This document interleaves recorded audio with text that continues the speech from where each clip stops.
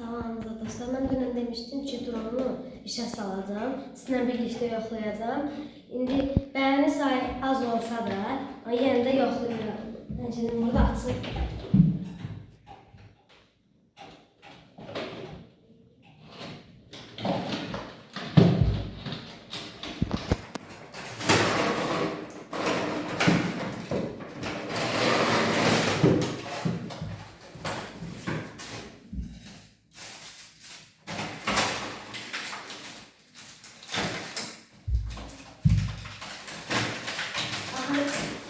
Beləncədir. İndi birinci bunun başlanılması üçün bunu açırıq. Həm burada zaretka da qoyursan, adaptör da var. Zaretka qoyursan, yığır sonra bunu açırsan, belə işıqlıdır, axşamlı.